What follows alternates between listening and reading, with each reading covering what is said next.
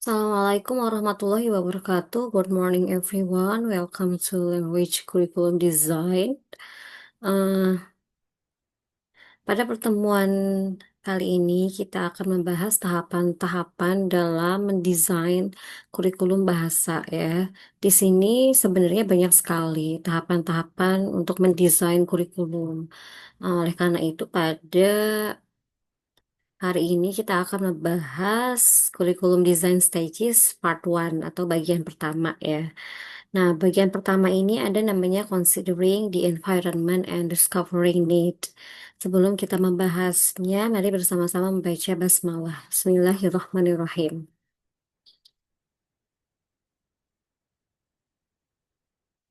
Nah, pada materi kali ini kita akan hanya membahas dua stages, yaitu considering the environment, artinya adalah kita harus men-consider atau mempertimbangkan lingkungan sebelum kita mau mendevelop atau membuat sebuah kurikulum untuk sebuah institusi begitu, atau sebuah program begitu ya, atau sebuah organisasi begitu. Bagi yang ingin membuat kurikulum, khususnya kurikulum bahasa, hal pertama atau langkah pertama yang harus perhatikan adalah considering the environment. Selanjutnya nanti akan dibahas juga tentang discovering needs ya. Discovering need ini juga berkaitan dengan analisa kebutuhan. Setelah kita mengconsider the environment sekitar tempat kita juga harus mendiscover need. Need itu adalah kebutuhan ya, baik itu kebutuhan society ataupun kebutuhan participants-nya atau mungkin stakeholders yang akan menjadi eh, penyelenggara atau pembuat kurikulum tersebut begitu ya. Tapi kebanyakan biasanya yang banyak dimintai analisa kebutuhannya adalah participants begitu ya, atau si peserta didiknya begitu. Kemudian apa sih tujuan daripada pembelajaran language curriculum design untuk materi considering the environment and discovering need analysis ini? Yang pertama, mahasiswa diharapkan mampu untuk memahami begitu ya di environment analysis. Jadi analisa environment terlebih dahulu begitu. Dan juga analisa kebutuhan dalam language curriculum design ini begitu. Setelah kalian memahami teorinya atau mungkin konsepnya, prinsipal-prinsipal dalam bagaimana menganalisa environment dan juga menganalisa kebutuhan, itu kemungkinan besar mungkin kita bisa mempraktekannya begitu ya. Karena apa? Karena ketika kita diminta untuk membuat kuesioner atau interview yang berkaitan dengan analisa environment atau analisa begitu, kita sudah tahu teorinya, materinya begitu.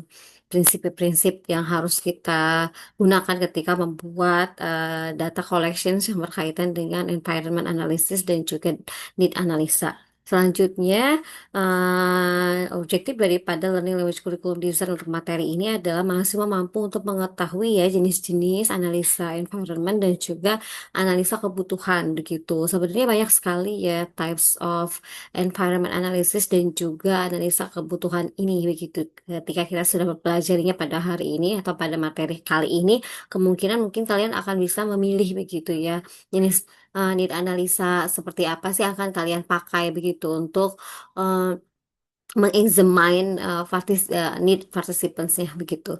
Selanjutnya, mahasiswa mampu untuk mengetahui tahapan-tahapan ketika mengimplementasikan analisa environment dan juga analisa kebutuhan begitu ya. Setelah harapannya sih setelah mempelajari materi ini kalian mengetahui ya langkah-langkahnya, kemudian juga tahapan-tahapannya begitu dalam menganalisa environment dan juga analisa kebutuhan. Selanjutnya yang terakhir adalah mampu untuk mendesain environment analysis dan juga need analisa. Nah, setelah mengetahui konsepnya, jenis-jenisnya, tahapan-tahapannya, begitu kemungkinan harapannya sih kalian bisa mendesain begitu ya framework ataupun memang benar-benar bisa mendesain analisa environment dan analisa kebutuhan sheet gitu ya yang bisa disebarkan eh, kepada participants atau para stakeholders yang berkaitan dengan pengembangan kurikulum ini begitu.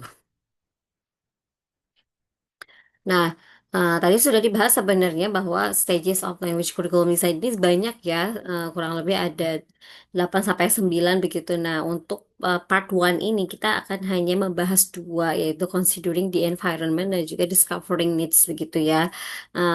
Untuk stages selanjutnya akan dibahas di meeting selanjutnya pula. Nah, ini adalah a model of the parts of the curriculum design process ya. Sebenarnya ini adalah model dari bukunya Nation and McAllister itu. Nah, sebenarnya bukunya sudah saya attach ya di Google Classroom. Kalian bisa explore by your own selves. Nah, ini sebenarnya adalah bagian-bagian daripada proses mendesain kurikulum ya, begitu. Yang pertama ini ada kemudian ada principles-nya ya, principles-nya ada needs dan juga ada environment-nya di mana di sini tadi adalah stages-stagesnya begitu. Ada content and sequencing, ada format and presentation, ada monitoring and assessing.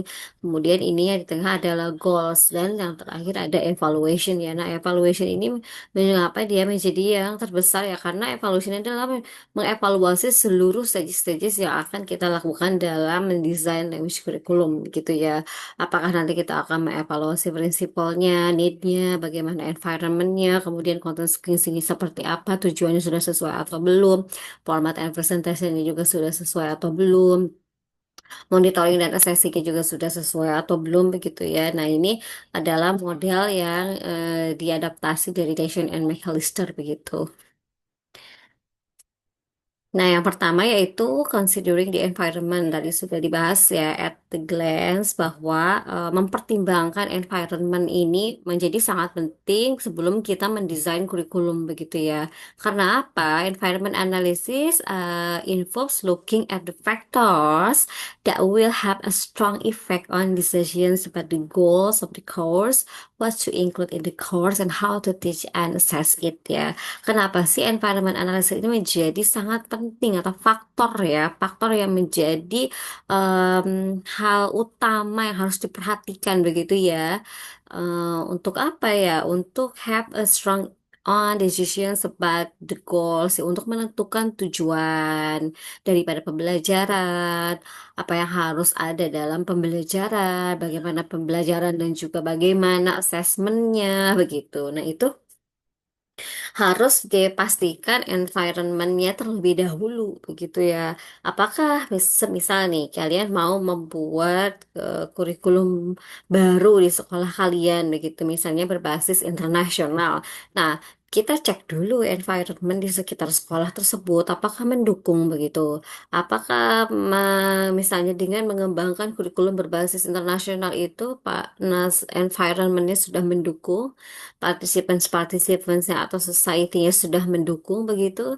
Kalau misalnya kalian mau mengembangkan kurikulum yang internasional, tapi sekolahnya masih di pedesaan yang bahasa Indonesia saja semisal belum begitu matang begitu, tapi kalian sudah mau membuat kurikulum yang berbasis internasional begitu. Sementara bahasa Inggris juga masih sangat jarang. Jangankan bahasa Inggris, mungkin masih bahasa Indonesia masih juga belum menjadi bahasa sehari-hari mereka. Nah, itu apakah sesuai gitu? Nah, itu kenapa environment analysis ini menjadi sangat penting. Karena apa? Karena untuk menentukan tujuan daripada kurikulum atau pembelajaran, bagaimana sih pembelajaran tersebut akan dilaksanakan, materi apa akan yang diberikan, kemudian juga bagaimana mengaksesnya itu kita harus consider dulu di environmentnya. Kalau misalnya kita mau compare ya kepada kota-kota yang memang sudah kota-kota besar yang sudah banyak sekolah-sekolah internasionalnya. Kenapa? Sekolah internasional kebanyakan di kota-kota besar ya karena memang sudah mendukung biasanya environmentnya. Terjadi banyak perdagangan di sana, terjadi banyak pertukaran sekolah, pertukaran mahasiswa begitu ya. Kemudian juga banyak para pendatang yang memang bahasa sehari-harinya bukan hanya bahasa Indonesia tapi juga bahasa internasional bahkan mereka tidak paham bahasa ibunya atau bahasa Indonesia sehingga harus menggunakan bahasa internasional begitu. Nah, kemudian di-develop lah kurikulum yang bisa mendukung gitu environment-nya begitu ya. Jadi kenapa si considering the environment ini merupakan salah satu kunci utama untuk mendevelop kurikulum ya karena itu alasannya ya. harus sinkron antara kurikulum yang akan kita buat dengan environment-nya. Karena kalau tidak didukung dengan environment, percuma kita membuat kurikulum baru atau mengembangkan kurikulum baru, bahkan mungkin sekolah baru, tapi tidak ada environment atau society yang tertarik untuk masuk sekolah tersebut, bahkan untuk belajar di tempat kita itu tidak tertarik karena tidak sesuai dengan need mereka, ya, atau dengan environment-nya mereka begitu ya. And then environment analysis also called situation analysis or constraints analysis. A constraint can be positive in curriculum design. Nah, seperti yang sudah dibahas sebelumnya bahwa kenapa environment analysis ini karena tadi ini juga istilahnya dikenal dengan situation analysis ya. Kita lihat dulu situasinya bagaimana. Kalau misalnya situasinya memungkinkan untuk kita mengembangkan kurikulum berbasis internasional, ya tidak apa-apa. Kita misalnya mendesain itu atau memperbarui yang tadinya mungkin kurikulumnya masih kurikulum pemerintah, kemudian karena sudah banyak pendatang begitu ya, bahkan beberapa di lingkungannya banyak para pendatang daripada luar, orang-orang luar negeri begitu, kemudian ingin mengembangkan menjadi sekolah internasional, yaitu harus di-develop memang kurikulumnya. Nah, itu berdasarkan situasinya begitu ya. Makanya kenapa environment analysis juga disebut sebagai situation analysis. Kemudian, environment analysis entails taking into account the elements of the context in which the course will be used and figuring out how the course should accommodate. It entails analyzing the context in which the curriculum will be such applied pertaining to the students, instructor, resources at hand, and the general state of the institution or society ya. Jadi, kenapa environment ini, analisa ini begitu penting juga dalam eh, tahapan pembuatan kurikulum ya? Karena apa ya? Karena ini akan the cost will be used ya, and figuring out how the course should accommodate. Nah, ini akan menentukan ke depannya pembelajaran itu seperti apa. Dan yang dilihat itu bukan hanya pembelajarannya, tapi participants-nya ya, yang akan belajar di sekolah kita itu siapa saja ya. Nah, kita juga harus perhatikan bukan hanya participants-nya, tapi instructors-nya juga. Kemudian sumber pembelajarannya juga. Nah, semua itu harus diperhatikan atau diconsider ya ketika kita ingin mendevelop sebuah kurikulum baru atau mungkin mau membuat sekolah baru dan mau mendevelop kurikulum. Nah, itu juga harus diperhatikan environment-nya ya, participants-nya, siapa students-nya, siapa instructors-nya, kemudian sumber-sumber pembelajarannya dari mana. Banyak hal sekali yang harus diperhatikan dalam tahapan pertama ini ya. Di antaranya tadi considering the environment begitu. Nah, sebenarnya ada beberapa faktor yang menyebabkan analisa environment ini begitu penting ya, karena di dalam environment analysis ini kita melihat nih learnersnya ya, kemudian siapa teachersnya, dan bagaimana situasinya. So, tiga hal ini menjadi sangat penting untuk dianalisa ya. Karena apa? Karena ini akan menentukan tujuan pembelajarannya, bagaimana pembelajarannya, bagaimana materi dan topik pembelajarannya, bagaimana strategi media pembelajaran dan sumber pembelajarannya, bagaimana asesmennya, begitu. Nah, di sini ada beberapa shortlist some of the other factors that teachers consider most important ya. Nah, pertama kenapa sih salah satunya guru yang harus dikonsider begitu ya. Pertama katanya the small amount of time available for the course ya. Ada beberapa hal yang harus diperhatikan dalam environment analysis. Yang pertama, small amount of time available for the course ya. Perhatikan atau consider the time-nya. Kemudian juga perhatikan the large size of the class. Berapa besar kelasnya, mau berapa banyak kelasnya, mau menampung berapa murid nantinya begitu ya. Kemudian the wide range of proficiency in the class ya. Kemudian proficiency di kelasnya itu seberapa besar juga, berapa range-nya. Kemudian the immediate survival needs of the learners ya. Kemudian juga beberapa kebutuhan daripada learnersnya. The lack of appropriate reading materials.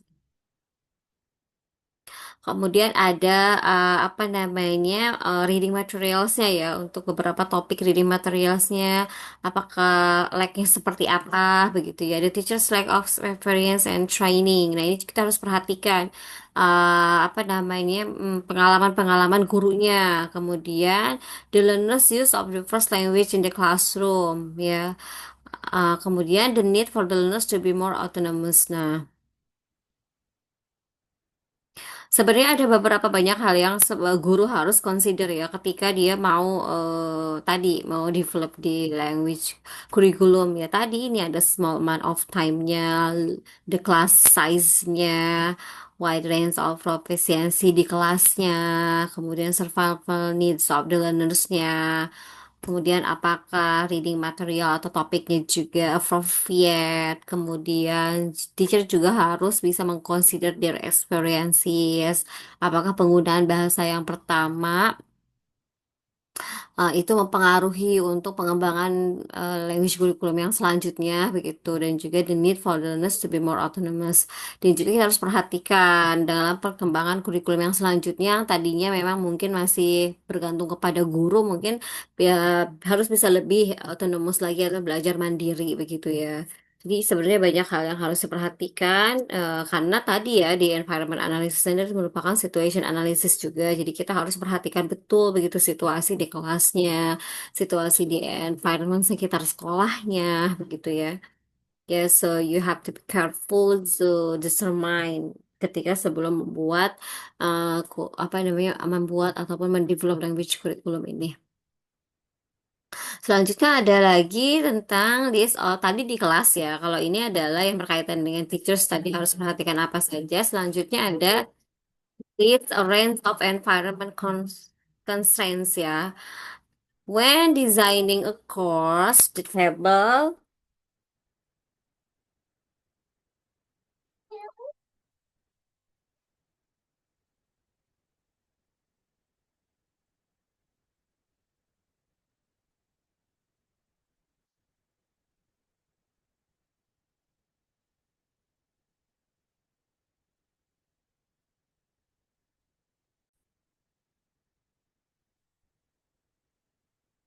selanjutnya ini ada beberapa list arrange environment constraints ya. When designing a course, the table can be used as a checklist to help sort out the view that will be given most attention in particular phase of curriculum design ya. Nah, ini ada beberapa hal juga yang mungkin ketika kalian ingin mendesain kurikulum dan ada beberapa constraints atau beberapa challenge environment yang bisa kalian consider begitu ya. Nah, untuk kolom one ini adalah beberapa list constraints, dan kolom eh, three ini adalah suggest atau beberapa solusi gitu yang diberikan ya ketika kalian menemukan challenge-nya ini, kemudian suggest-nya apa begitu ya. Yang pertama yaitu adalah general constraints ya, environment constraint and effects ya. Ada general constraints, ada particular constraints dan effectnya begitu ya. Yang pertama yang general constraints atau general problems itu yang berkaitan dengan the learners. How old are they ya? Nah, berapa sih usia mereka ini gitu ya. Nah, di antara particular constraints-nya ada learners interest in all kinds of topics.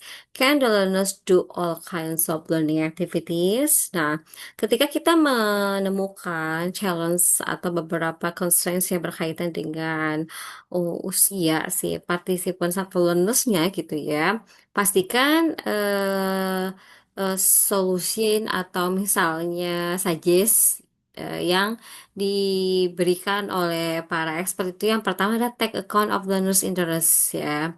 Nah, jadi kita harus consider, harus tadi melakukan analisa kebutuhan dan juga environment analisisnya. eh, Harus kegiatannya yang bisa membuat si learnernya itu interest. Kemudian juga use appropriate activities ya. Jangan kita memaksakan begitu aktivitas-aktivitas yang sebenarnya itu tidak sesuai dengan usianya, tapi karena kita ingin Em, mungkin harusnya pada level yang tingkat lebih tinggi begitu, tapi kita memaksakannya di level tingkat yang rendah begitu, karena ingin terlihat lebih wow begitu ya, atau misalnya ingin terlihat lebih modern begitu, sehingga kita memaksakan mungkin ya penggunaan beberapa teknologi yang sebenarnya itu bisa kita pakai di level selanjutnya gitu ya, atau aktivitas-aktivitas kegiatan-kegiatan pembelajaran yang sebenarnya itu tidak sesuai dengan usia mereka. Nah, itu kita harus consider begitu ya. Selanjutnya ada lagi what do they know. Nah, kita juga harus perhatikan nih sebenarnya apa sih yang mereka sudah tahu begitu ya. Do they share a first language? Can their first language be used to help learning? What previous learning have they done? Nah, itu kita harus tahu juga begitu. Jadi sebenarnya ini sinkron ya sama beberapa analisa kebutuhan. Nanti di dalam analisa kebutuhan itu kita bukan hanya menggali informasi kebutuhan apa saja sih yang mereka inginkan begitu, tapi juga kita harus menggali sejauh mana sih language experience-nya mereka, kemampuan language-nya mereka, begitu Kak. Kemudian, apakah kemampuan bahasa pertamanya mereka bisa support dengan second language-nya mereka, bagaimana previous learning-nya mereka, begitu itu akan kita gali sebenarnya di need analisa begitu ya. Nah, beberapa suggestion yang di propose oleh Nation and McAllister ini ketika kita menemukan beberapa concerns atau challenge yang berkaitan dengan their first language begitu ya. Katanya gunakanlah use teacher center activities, kemudian use some translation, use first language reading activities, and use reading input ya. Ketika dominannya masih memakai first language nih. Nah, beberapa solusi gitu yang bisa diterapkan oleh teachers ya atau practitioners begitu ketika ingin mendevelop language curriculum adalah bertahap saja. Gunakan dulu teacher center activities, gunakan use some translation, use first language reading activities, use reading input. Nah, itu sebenarnya tidak apa-apa ya. Jadi kita jangan sampai memaksakan, itu semuanya bertahap ya. Nanti kalau dengan berjalannya waktu ketika sudah ada perkembangan yang tadinya mereka hanya fokus on their first language, and then step by step we support and stimulate by our second language, itu akan bertahap. Nanti itu bisa dikembangkan lagi kurikulumnya begitu ya. Bisa misal dalam satu semester atau dalam satu tahun ini ternyata stimulasi menggunakan first language first gitu ya. Use first language pre-reading activities atau use teacher-centered activities atau use some translation ini ternyata bisa menstimulat mereka untuk menggunakan second language. Nah, itu nanti setelah satu tahun semisal kita sudah menggunakan kurikulum tersebut and then we want to develop the curriculum menjadi lebih second language gitu ya atau lebih ke student center itu tidak apa-apa. Jadi dilihat dulu perkembangannya karena sebenarnya dalam tahapan kurikulum ini ada namanya evaluasi ya. Evaluasi itu selalu ada. Jadi itu akan membantu kita untuk merevisi ya atau membenahi apa saja sih yang kurang, apa saja sih yang belum terrealisasikan dalam goals dan juga tujuan-tujuan daripada kurikulum sekolah kita begitu. Selanjutnya ada lagi katanya, do they need English for a special purpose? Nah, kalau constraint seperti ini, diantaranya will they use English for wide range of purpose? Do they expect to learn certain things from the course? Do they have expectation about what the course will be like? Ya. Nah, sebenarnya ini biasanya kebanyakan untuk beberapa sekolah yang memang punya special purposes ya, atau English for special purposes begitu, kayak English for tourism, English for medical, English for business begitu. Ada beberapa memang yang kita harus mengembangkan kurikulumnya berdasarkan purpose-nya mereka, especially for their future career begitu ya. Kalau memang semisal participants kita atau peserta didik kita itu memang adalah peserta didik yang mempelajari bahasa Inggrisnya untuk special purposes ini, nah kita harus juga mempunyai beberapa solusi ya, di antaranya katanya set general purpose goals include expected material allow learners to negotiate the nature of the course. Nah, biasanya ajak mereka untuk menegosiasi begitu. Biasanya kalau untuk English for Special Purpose ini adalah partisipannya sudah cukup dewasa ya, artinya sudah menginjak usia yang remaja begitu ya. Karena kalau yang masih basic itu biasanya masih tidak bisa diajak untuk bernegosiasi atau berkomunikasi, ya itu tergantung daripada input daripada si teachernya sendiri. Tapi kalau untuk participants atau peserta didik yang memang ada special purposes untuk pembelajaran bahasa Inggrisnya, itu masih bisa kita ajak negosiasi. Need analisanya juga biasanya lebih komunikatif ya, jadi ada kolom yang bukan hanya memilih tapi juga bisa mereka menuliskannya begitu, apa sih need mereka gitu, purpose-nya mereka itu seperti apa, sehingga nanti kita bisa menentukan, oh topiknya ini yang sesuai dengan purpose mereka atau career mereka in the future, yang bisa support career mereka in the future. Nah itu ya. Selanjutnya, jika kita ada concerns yang berkaitan dengan do they have preferred ways of learning, are they interested in learning English, do they have to learn English, can they attend class regularly. Nah, kalau ini adalah ketika kita menemukan beberapa aktivitas-aktivitas pembelajaran bahasa Inggris ya, the ways-nya atau proses pembelajarannya itu seperti apa, apakah mereka tertarik atau tidak, apakah mereka juga engage atau mau hadir di dalam kelas atau tidak, begitu ya. Ada beberapa solusi atau suggestions yang diberikan seperti use highly motivating activities, include relevant topics, recycle activities, use spiral curriculum. Nah, pastikan kita harus mengetahui beberapa hal-hal atau constraints, challenge, problems yang dihadapi siswa sehingga ada beberapa solusi yang bisa kita tawarkan untuk mereka. Kayak kita coba dulu lah solusi-solusi yang dipropose dari Nation and McAllister ini. Nanti selebihnya kita bisa lihat di kelas. Kalau misalnya tidak cocok atau tidak ada perubahan, kita bisa recheck kembali, merevise kembali begitu ya. Jadi sebenarnya pembuatan kurikulum ini environment ya, considering the environmentnya itu sangat penting. Karena apa? Karena itu akan berpengaruh terhadap tujuan pembuatan daripada kurikulum begitu.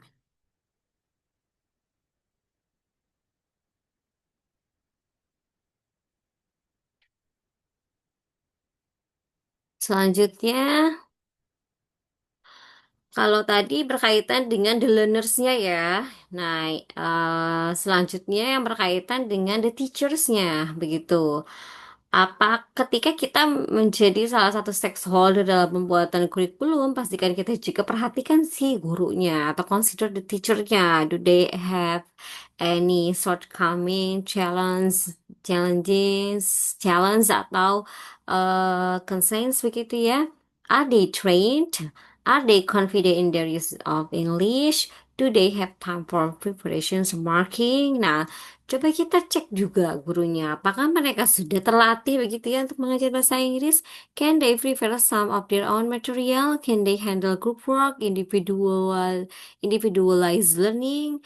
Atau bisa juga, can they provide good models? Can they produce their own spoken or written material? Can they correct spoken or written work? Ya, kemudian, do they have time for preparations? Can the course include homework? Can the course include work which has to be marked? Nah, beberapa pertanyaan ini sebenarnya bisa menggait kita ya untuk membuat kurikulum begitu ya.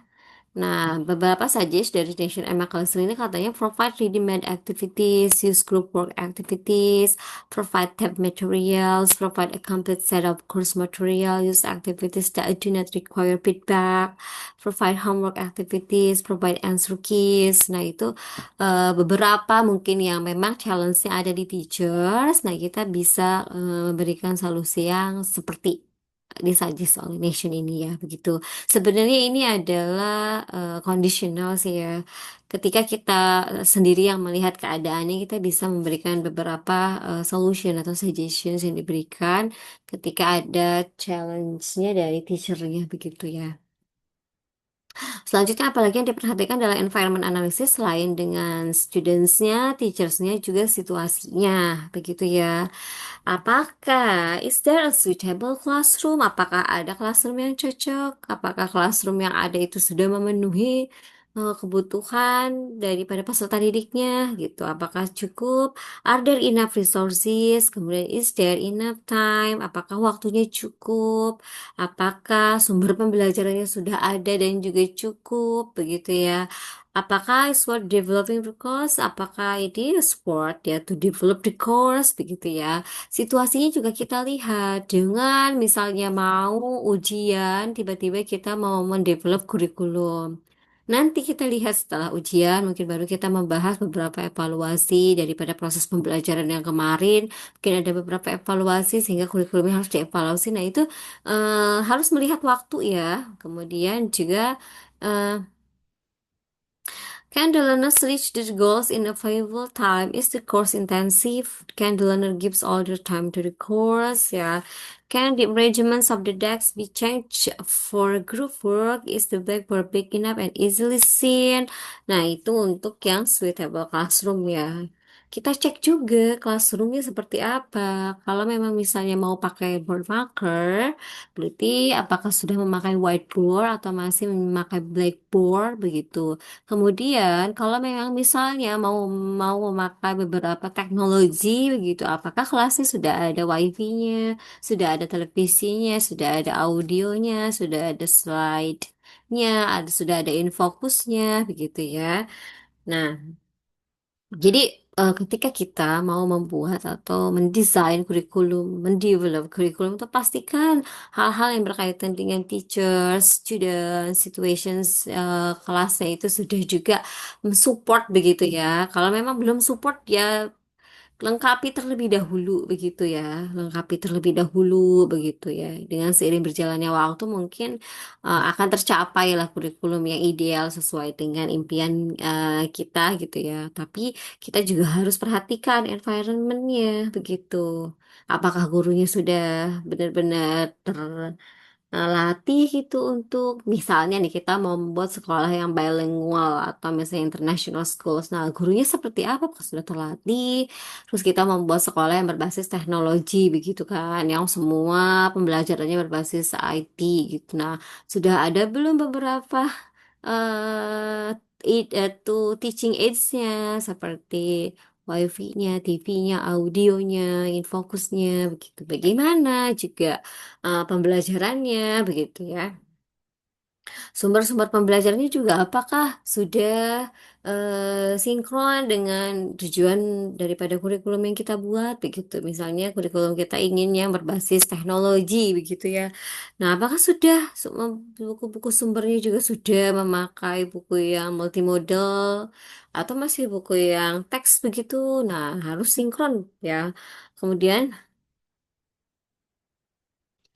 bagaimana proses pembelajarannya? Bagaimana pengembangan pembelajaran di kelasnya? Apakah hanya di kelas saja atau bisa ada outing kelas?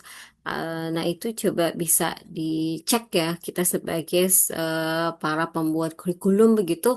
Bukan hanya kita memperhatikan peserta didiknya dalam environment itu, tapi juga perhatikan siapa teachersnya, bagaimana situasinya, begitu ya. Jadi sebenarnya banyak hal sekali dalam environment analysis ini ya. Nah, jadi consider wider aspect of the situation carrying out an environment analysis ya. Nah, jadi ini ada dari Dapin and Allstains Model of Sources of Information for Language Program Policy ya, begitu. Di sini di mana dilihat ada katanya ketika kita mau membuat kurikulum begitu ya, ada beberapa language kebijakan program bahasa begitu ya.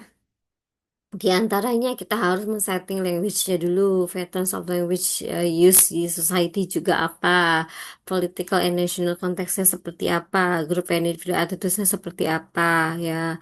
Kita juga harus cek kalau emang mau mendevelop a new curriculum atau misalnya mau mendevelop kurikulum yang sudah ada, tapi kita akan meningkatkannya menjadi kurikulum yang lebih berkembang lagi, begitu ya. Kita harus cek who are the learners-nya, siapa sih para peserta didiknya, terus siapa juga gurunya.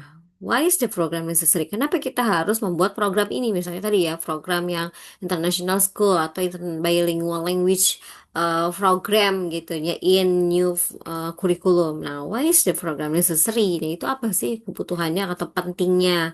Kemudian, where will the program be implemented? Kapan ini program ini akan diimplementasikan dan how ya, bagaimana? Jadi ketika kita mendesain kurikulum itu bukan hanya memikirkan satu hal ya, tapi harus memikirkan who the learners, who are the teachers, what is the program? Is it important, where and why and how. Nah, itu harus betul-betul diperhatikan ya. Karenanya membuat kurikulum itu biasanya bukan hanya orang per orang, biasanya per tim begitu. Nah, setiap tim ini juga banyak tugasnya ya. Dia fokus untuk di learnersnya, di teachersnya, di programnya, kemudian juga di sumber belajarnya, di assessmentnya. Nah, itu banyak sekali tim-tim dalam pembuatan kurikulum ini ya, begitu. Nah, seperti ini ada contoh ya, kasus di mana ketika seseorang atau sebuah institusi mengembangkan kurikulum baru, yang pertama itu katanya, eh, kalau misalnya the target language is recognized as one of the country's official language, nah biasanya kalau emang satu negara itu ya di-recognize hanya eh, cuma satu bahasa aja begitu ya. Nah, nanti kita sebagai institusi yang mau membuat kurikulum itu bagaimana sih ya? Misalnya there are relatively few native speakers ya. Kemudian hanya ada beberapa sedikit native speakers di lingkungan tersebut. Kemudian there are relatively few opportunities to be used language outside the classroom ya, atau mungkin hanya ada sedikit waktu atau kesempatan untuk menggunakan bahasa di luar kelas, atau majority language speakers doubt the target language has contemporary relevance ya. Nah, atau juga mungkin kebanyakan para pembicara bahasa ini ragu ya tentang target language yang akan mereka gunakan begitu ya. Nah, ini bagaimana kita sebagai para pembuat kurikulum begitu jika kita dihadapkan pada situasi yang seperti ini begitu ya. Kalau memang cuma di suatu daerah itu tidak ada native speakernya, kemudian memang bahasanya masih bahasa ibu mereka, belum ada juga apa namanya ya, pertukaran atau beberapa pendatang begitu yang menggunakan bahasa lain begitu. Terus malah majority language speakersnya juga ragu gitu terhadap target language mereka. Nah, itu kan juga challenge ya. Nah, bagaimana jika kita misalnya ingin sedikit lebih maju, terus kita ingin membuat kurikulum yang terbaru? Nah, bagaimana jika suatu situasinya seperti ini begitu ya? Itu harus diperhatikan ya. Tuh, jadi tadi sebenarnya ada beberapa suggest dari si Michael Lister ini ya. Nah, di jadi harus bertahap ya.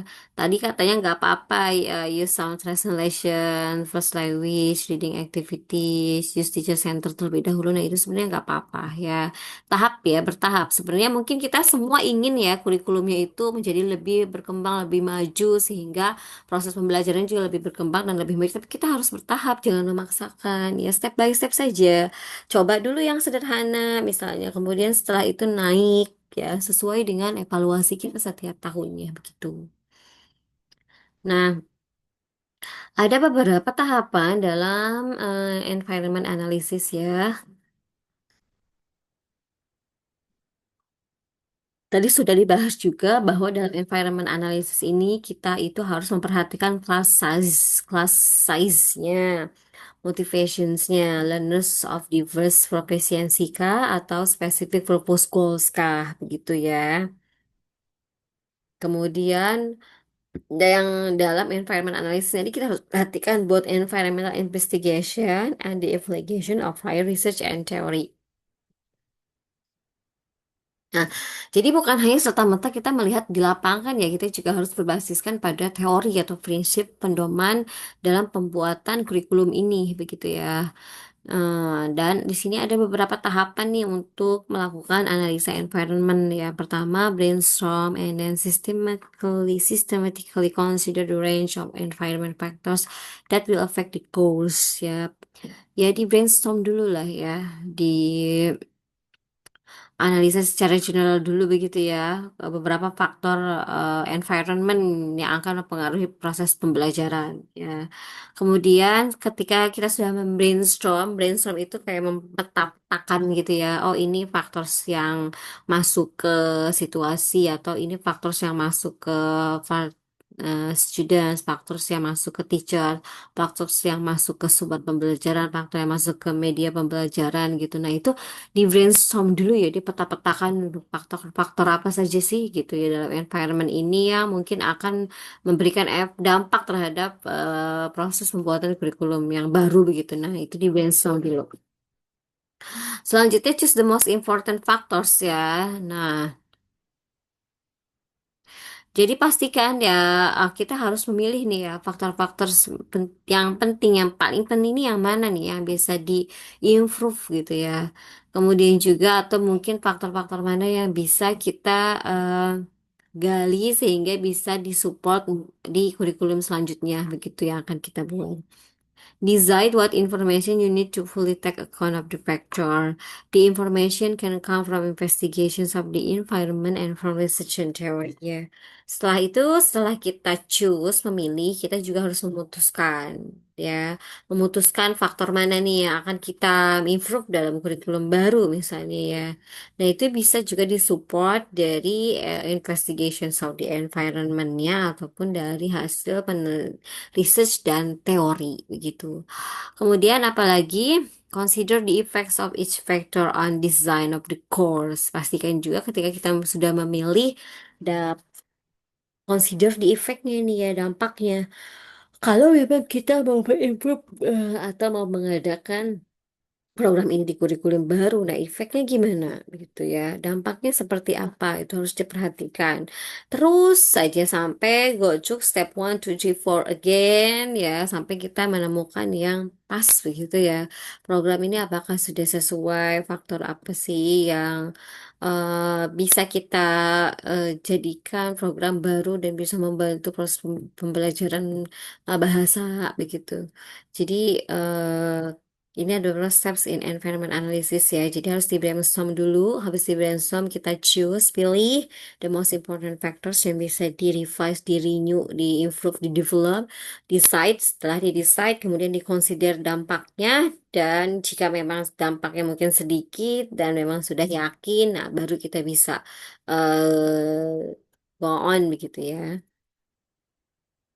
Nah, itu saja untuk yang environment analysis ya, begitu. Jadi pastikan dalam environment analysis ini kita consider class size-nya, motivation-nya, learners-nya, teachers-nya, situations-nya, begitu ya. Kemudian masuk ke tahapannya setelah kita sudah menganalisa beberapa tadi ya situation dari class size, learnersnya, teachersnya, baru kita brainstorm, baru choose ya the most important factors, design, memutuskan, consider, terus sampai kita menemukan oh iya program ini sebenarnya sudah siap nih kita masukkan ke our new curriculum misalnya kayak gitu ya. Atau bagi yang benar-benar baru membuat kurikulum ya bisa juga. Tadi harus diperhatikan. Sekiranya semuanya sudah pas itu bisa kok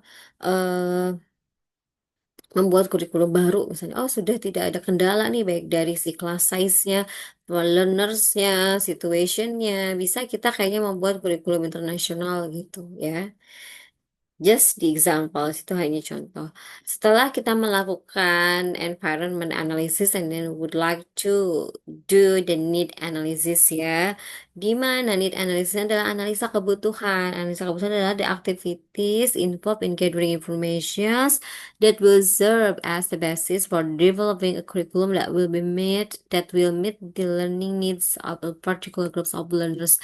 Need analisa atau analisa kebutuhan sebuah aktivitas di mana terdiri dari gathering information ya yang akan disediakan atau yang akan dimasukkan ke dalam proses pengembangan kurikulum begitu ya. Jadi ini berdasarkan apa? Berdasarkan need-nya students ya atau beberapa needs society lah begitu yang mereka nanti mungkin menjadi partisipasi daripada kurikulum yang akan kita buat begitu ya. Ini adalah sebuah aktivitas untuk gathering informations ya, mengambil data ya, apa sih yang kamu butuhkan, pembelajaran seperti apa, materi apa, topik apa, media apa, sumber pembelajaran seperti apa, aktivitas seperti apa. Nah, itu kita tanyakan dalam analisa kebutuhan begitu.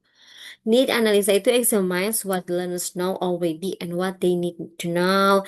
Need analysis make sure that the course will contain relevant and useful things to learn. Ya, need analysis tidak hanya membahas tentang kebutuhannya saja, tapi juga menggali sudah sejauh mana kemampuan bahasa mereka, lack and strengths-nya, ability-nya, motivation-nya, interest-nya, begitu ya. Nanti ada types of need analysis ya, ada TSA, target situation analysis, ada present situation analysis, dan juga ada eh, target situation analysis, dan ada nah ini LSA ya, learning situation analysis, nanti akan dibahas ya di slide sebelumnya. Nah, di sini tapi ada kategori dulu ya. Ketika kita masuk ke dalam target situation analysis, if I'm not mistaken ya, di dalam target situation analysis ada tiga ternyata. Ada wants, ada likes, ada necessity. Jadi kita menganalisa wants-nya mereka ya. What the learners believe they need, dan juga bukan hanya wants-nya mereka, apa yang ingin mereka pelajari itu ya, kita juga harus mengecek atau menganalisa lex-nya. What the learners already knows and doesn't know. Kita juga harus cek sebenarnya apa sih yang kamu sudah ketahui dan belum kamu ketahui sehingga kamu ingin improve language di bagian ini begitu. Dan juga kita menganalisa necessitiesnya. What the learner must know to function properly. Beda ya antara want sama need. Kalau misalnya wants ini kan sebenarnya wish-nya mereka aja, tapi sebenarnya yang mereka butuhkan ini adalah A, B, C, D. Jadi itu lebih penting ya begitu daripada si wants. Tapi tetap kita tanyakan begitu ya di dalam analisa ini. Jadi kita menggali apa wants, necessity, dan juga lack-nya ya, bukan hanya need-nya saja ya. Ability daripada si society atau partisipan yang akan menjadi peserta yang akan merasakan dampak daripada kurikulum baru itu ya, itu tadi ya si participants-nya begitu. Kemudian dalam analisa ini bagaimana sih cara gathering datanya begitu. Ketika kita mau melakukan analisa kebutuhan, kita bisa menggali datanya melalui tes ya, atau juga melalui questioning and interview ya, kita melakukan interview atau melakukan recalling past performance, atau juga bisa consulting employers atau teachers and other relevant parties, gathering and analyzing data from textbooks, manuals that learners will need to read, and looking for the standards in which the learners will need to use the language ya. Jadi questionnaire, observation, nah itu bisa ya kita gunakan sebagai data collections dalam analisa kebutuhan begitu. Nah, menurut Hutchinson and Waters ya, eh, ada beberapa target yang bisa digali dalam proses analisa kebutuhan ini ya. Di antaranya tadi ada necessities, likes, and wants ya. Necessities adalah what is necessary in the learner use of language. For example, do the learners have to write answer to exams questions?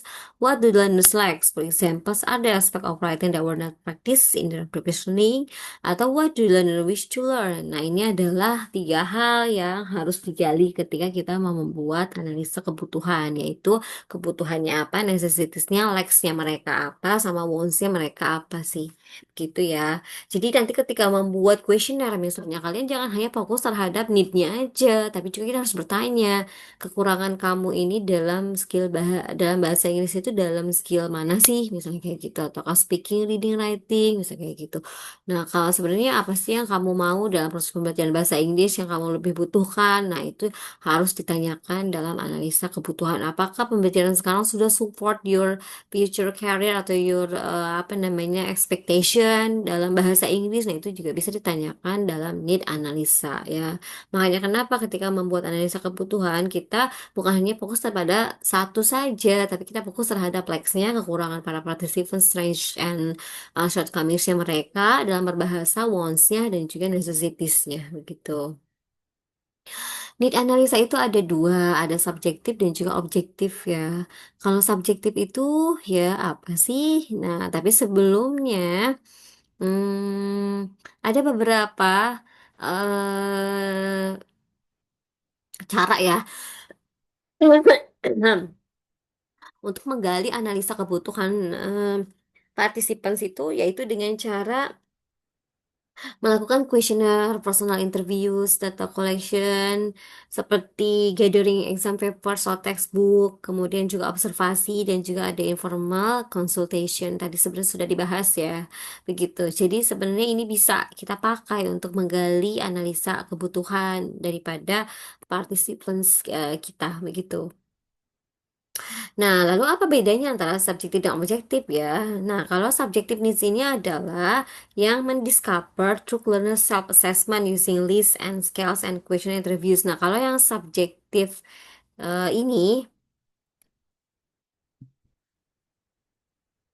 adalah analisa kebutuhan yang sepertinya sedikit sulit ya untuk diukur begitu. Seperti kayak wants-nya mereka, motivationsnya mereka, interest-nya mereka, beliefs-nya mereka. Nah, itu subjektif ya. Kalau objektif kan bisa diukur ya. Kalau objektif itu kita bisa mengukurnya karena apa? Kayak misalnya apa topik apa sih yang kamu inginkan untuk support your English gitu ya. Kemudian metode apa, strategi apa. Nah, itu kan bisa gitu kita jawab dengan hanya memilih begitu ya. Tapi kalau subjek itu kan berkaitan dengan feeling, motivation, interest. Nah, itu sebenarnya bisa kita pakai juga ya dalam analisa kebutuhan kita. Kita bisa masukkan pertanyaan yang berkaitan dengan itu gitu ya. Cuman bahasanya atau nanti ketika kita mau membuat dimasukkan ke temanya berarti itu need yang berkaitan dengan subjective need ya berbeda dengan tadi pertanyaan dengan topik apa materi apa metode dan media apa itu masuk ke dalam objective needs gitu ya. Nah, di sini ada beberapa pendekatan need analisa ya. Yang pertama itu adalah present situational analysis, ada target situational analysis, dan juga ada learning situation analysis. Nah, ini dalam satu analisa kebutuhan. Misalnya kalian membuat kuesioner. Kuesioner itu isinya adalah tentang analisa kebutuhan. Boleh tidak kita hanya fokus pada satu saja? Misalnya kita hanya ingin menanyakan students present situation analysisnya itu boleh. Boleh. Atau misalnya kalian hanya ingin fokus terhadap target situation analysis tadi yang berkaitan dengan topik, materi, sumber belajar, media pembelajaran. Nah, itu juga boleh gitu ya. Atau misalnya kalian mau pakai tiga-tiganya ini gitu dalam satu analisa kebutuhan, kita juga menggali need-nya mereka yang berkaitan dengan present situation analysisnya, target situationnya, dan juga learning situationnya. Di mana VSA ini adalah concern with establishing what stage students are at the beginning of the language course by investigating the language proficiency, strengths, and weaknesses. Nah, sudah dibahas sebelumnya bahwa present situation analysis ini adalah yang berkaitan dengan profesiensi dari bahasa peserta didik kita. Ya, bagaimana sih strengths-nya mereka, weaknesses-nya mereka, ability-nya mereka.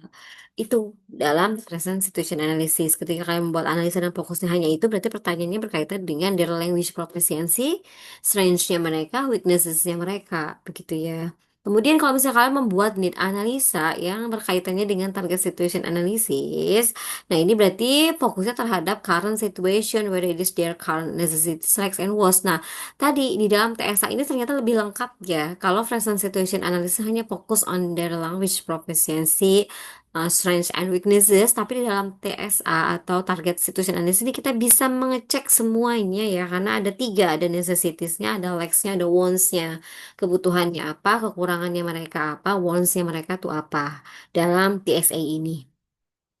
Sementara untuk LEC ini adalah fokus menganalisa tentang learning style dan juga strategis atau aktivitas di kelas ya. Jadi kita juga bisa tanyakan bagaimana aktivitas pembelajaran bahasa Inggris sejauh ini, apakah kamu misalnya engage dengan aktivitas kelas atau apa namanya learning style-nya tersebut juga sesuai strategi-strategi atau aktivitas-aktivitas yang dibuat oleh guru seperti kelompok atau misalnya outing kelas atau misalnya aktivitas-aktivitas lah yang berkaitan dengan proses pembelajaran itu adanya di learning situation analysis ya. Jadi ini yang berkaitan dengan aktivitas learning style strategis gitu. Itu kita akan menganalisanya lewat LSA atau learning situation analysis. Jadi kita harus menggunakan approaches yang mana nih yang akan kita pakai ketika membuat analisa kebutuhan.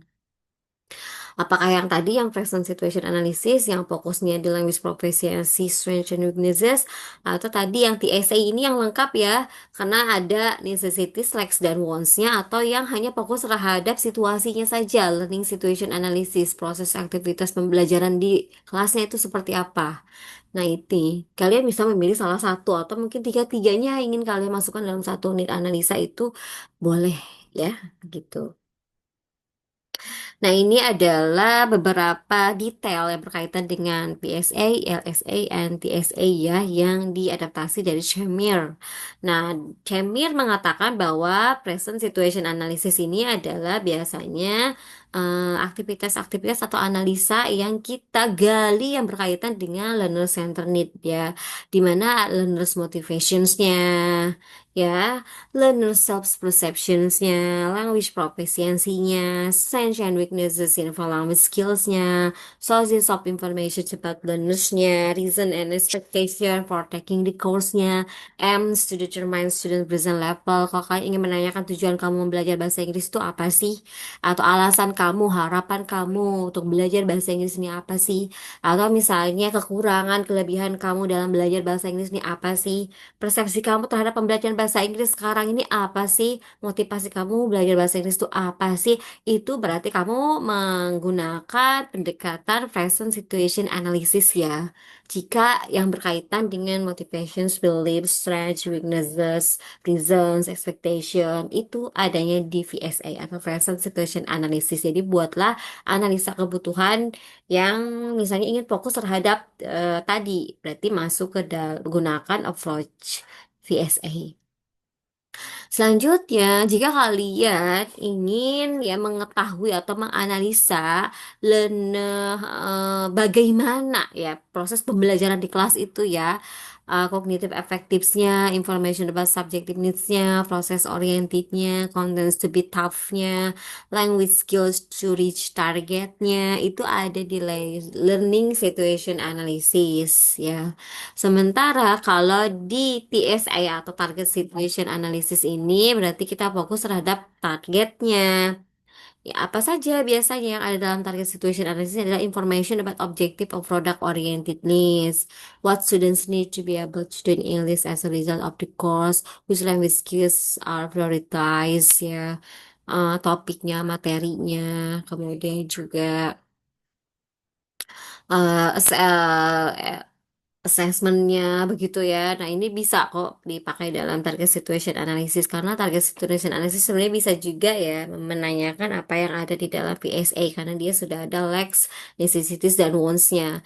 Ya, TSA ini mungkin lebih lengkap ya dibanding approaches yang lain begitu karena dia tadi ada like, necessities dan wants-nya begitu. Ini adalah wants, ini likes, ini necessities ya. Influence both wants and necessities. Nah, ini ada beberapa contoh ya pertanyaan ya yang bisa fokus on needs ya. Ini hanya contoh saja, sebenarnya bisa kalian explore by your own selves. Ini ada suggestions dari Nation and McAllister begitu ya. Sebagaimana yang saya kutip dari bukunya begitu ya. Ini hanya contoh, sebenarnya bisa kalian develop by your own selves ya. Nah, pertama mungkin ya kita membuat frameworknya dulu. Frameworknya misalnya kita mau buat data analisa yang berkaitan dengan apa nih goalsnya. Apakah kita akan menanyakan tentang language-nya, apakah kita akan menanyakan tentang ideas-nya, skills-nya, dan juga text-nya. Nah, questions yang bisa kita pakai begitu. What will the course be used for? How professional does the user have to be? What community activities will the learner take part in? Where will the language be used? What content matter will the learner be working with? How will the learner use the language? Under what condition will the language be used? Will the learners use the language with? What will the language be used to do? What languages is the learner already familiar with? Nah, Harapan kita sih mungkin jawaban anak-anak tuh yang berkaitan dengan ini ya, begitu. Sebenarnya ini hanya examples ya, itu bisa dikembangkan oleh kalian. Ini hanya guidance saja ketika kalian ini melakukan analisa kebutuhan.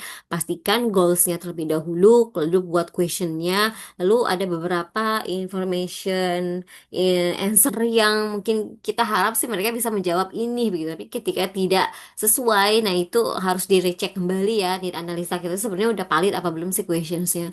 Karena dalam proses pembuatan questions atau need analisa sheet ini itu ada proses reliability, validity gitu ya. Jadi tidak bisa semudah itu begitu ya. Kita harus mengecek terlebih dahulu sudah sesuai belum dengan tadi ya teorinya, principlesnya, kemudian juga environmentnya begitu ya.